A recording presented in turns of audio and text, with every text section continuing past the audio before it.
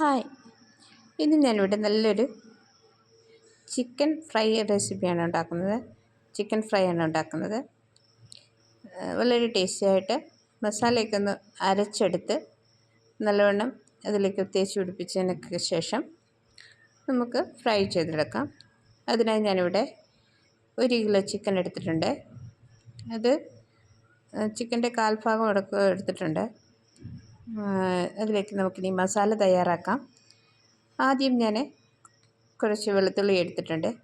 അതിനുശേഷം ഇഞ്ചി എടുത്ത്, പിന്നെ കറിവേപ്പില, അതോടൊപ്പം തന്നെ ഞാൻ പൊടിയോട് ചേർത്താണ് അരയ്ക്കുന്നത്.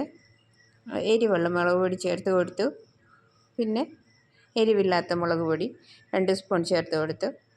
അതോടൊപ്പം ഗരം മസാല, പിന്നെ 1 സ്പൂൺ കുരുമുളക് പൊടി കൂടി ചേർത്ത് കൊടുത്ത്, അതിൻ്റെ കൂടെ തന്നെ ഞാൻ വലിയ ജീരകം, പെരുംജീരകം, അതെനിക്ക് ഇഷ്ടമായതുകൊണ്ട് ചേർത്ത് കൊടുത്താണ്. ഇതുപോലെ ഞാനിതെല്ലാം കൂടി ഒന്ന് വെള്ളം ചേർക്കാതെ ഇതുപോലെ തന്നെ അരച്ചെടുത്തിട്ടുണ്ട്. ഇനി ചിക്കനിലേക്ക് മസാല ചേർത്ത് പിടിപ്പിക്കണം. ഞാൻ ആദ്യം മഞ്ഞൾ പൊടി ചേർത്തില്ലായിരുന്നു അരയ്ക്കാൻ നേരത്തെ. അത് ഇപ്പോൾ ഇട്ടാലും കുഴപ്പമില്ല. ഞാൻ മഞ്ഞൾ പൊടി ചേർത്ത് കൊടുത്തിട്ടുണ്ട്. പിന്നെ ഇനി അരച്ചെടുത്ത മസാലയെല്ലാം കൂടി ഒന്ന് തേച്ച് പിടിപ്പിക്കണം. വെള്ളം ചേർക്കാതെ തന്നെയാണ് ഞാനിത് അരച്ചെടുത്തത്.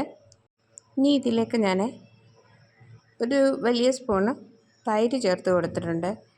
നാരങ്ങ നീരാണ് ചേർത്ത് കൊടുക്കേണ്ടത്. പക്ഷേ ഈ ചൂട് സമയമായതുകൊണ്ട് നാരങ്ങ കിട്ടത്തില്ല. അതുകൊണ്ട് ഞാൻ തൈര് ചേർത്തത്. തൈര് ചേർക്കുന്നത് നല്ലതല്ല എന്നൊക്കെയാണ് പറയുന്നത്. ചിക്കൻ്റെ അകത്ത് തൈര് ചേർത്ത് ഉപയോഗിക്കുന്നത് നല്ലതല്ല. എങ്കിലും നമ്മൾ ബിരിയാണിക്കൊക്കെ തൈര് ചേർക്കാറുണ്ടല്ലോ. അതുകൊണ്ട് ഞാനും ഇവിടെ അല്പം തൈര് ചേർത്ത് കൊടുത്തു. നിങ്ങളുടെ കയ്യിൽ നാരങ്ങ ഉണ്ടെങ്കിൽ നാരങ്ങ നീര് ചേർത്ത് കൊടുക്കുക. അതാണ് വളരെ നല്ലത്. ഇനി ഇതെല്ലാം കൂടി ഒന്ന് നല്ലവണ്ണം ഇളക്കി യോജിപ്പിച്ചതിന് ശേഷം നമുക്ക് കുറച്ച് നേരം ഒന്ന് മാറ്റി വെക്കണം. എല്ലാ പീസിനകത്തും ഇതുപോലെ നല്ലവണ്ണം മസാല പിടിക്കുന്ന വരെ നമുക്ക് കൈകൊണ്ട് തന്നെ വേണം അത് തേച്ച് പിടിപ്പിക്കാൻ. അല്ലെങ്കിൽ സ്പൂൺ കൊണ്ട് ചെയ്താൽ അത്രയും എനിക്ക് തോന്നുന്നു ചിക്കനകത്ത് പിടിക്കത്തില്ല എന്ന് തോന്നുന്നു. നമ്മൾ കൈ കൊണ്ട് ചെയ്യുന്നത് പോലെ തന്നെ അത്രയും മസാല അതിനകത്ത് പിടിക്കത്തില്ല. ഞാൻ അതെല്ലാം ഒന്ന് മസാല ചേർത്ത് വെച്ച് ഒരു അരമണിക്കൂർ കഴിഞ്ഞതിന് ശേഷമാണ് ഇത് വറുത്തെടുക്കുന്നത്. ഈ ചിക്കൻ്റെ കാല് ആദ്യം വറുത്തെടുക്കുക. കാരണം അതിന് വേവ് കൂടുതലായതുകൊണ്ട് അത് സെപ്പറേറ്റ് വറുത്തെടുത്ത് അടച്ച് വെച്ച് തന്നെയാണ് ഇത് വേവിച്ചത്. അതുപോലെ ഒന്ന് ചെറുതീയിലെന്ന് പറയുമ്പോൾ മീഡിയം തീയിൽ വെച്ച് നമുക്കിത് വറുത്തെടുക്കണം. ഹൈയിൽ വെക്കാൻ പാടില്ല. ഹൈയിൽ വെച്ചാൽ അത് പെട്ടെന്ന് തന്നെ പുറം കരിഞ്ഞു പോകും, ഉള്ളു വേഗത്തില്ല. അത് തന്നെ അടച്ച് വെച്ച് വേവിക്കുക. തൈര് ചേർത്തുകൊണ്ട് അല്ലെങ്കിൽ നാരങ്ങ നീര് ചേർക്കുമ്പം നല്ല സോഫ്റ്റായിട്ട് നമുക്ക് കിട്ടും. അതുകൊണ്ട് തൈര് ചേർക്കുക, അല്ലെങ്കിൽ നാരങ്ങ നീര് ചേർക്കുക. നാരങ്ങ നീരാണ് ഏറ്റവും നല്ലത്. കാലെല്ലാം കൂടെ വറുത്തെടുത്തതിന് ശേഷം പിന്നെ ഞാൻ ചെറിയ പീസസ് ഇതുപോലെ ഒന്ന് വറുത്തെടുക്കുന്നുണ്ട്.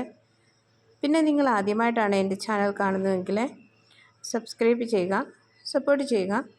അതോടൊപ്പം നിങ്ങളുടെ അഭിപ്രായം കൂടി അറിയിക്കുക. പിന്നെ അഭിപ്രായങ്ങളൊക്കെ അറിയിക്കുമ്പം നമുക്ക് വളരെ സന്തോഷം തോന്നാറുണ്ട്. അതുമല്ല, തെറ്റുകളൊക്കെ തിരുത്താൻ പറ്റും. എന്തെങ്കിലും തെറ്റുകളുണ്ടെങ്കിൽ ഒക്കെ തിരുത്താൻ പറ്റും. അതുകൊണ്ട് നിങ്ങളുടെ അഭിപ്രായം തീർച്ചയായിട്ടും അറിയിക്കുക. പിന്നെ ഇതുപോലെ അടുത്ത വീഡിയോയിലേക്ക് വരുന്നവരെ കാത്തിരിക്കാം. ഓക്കെ.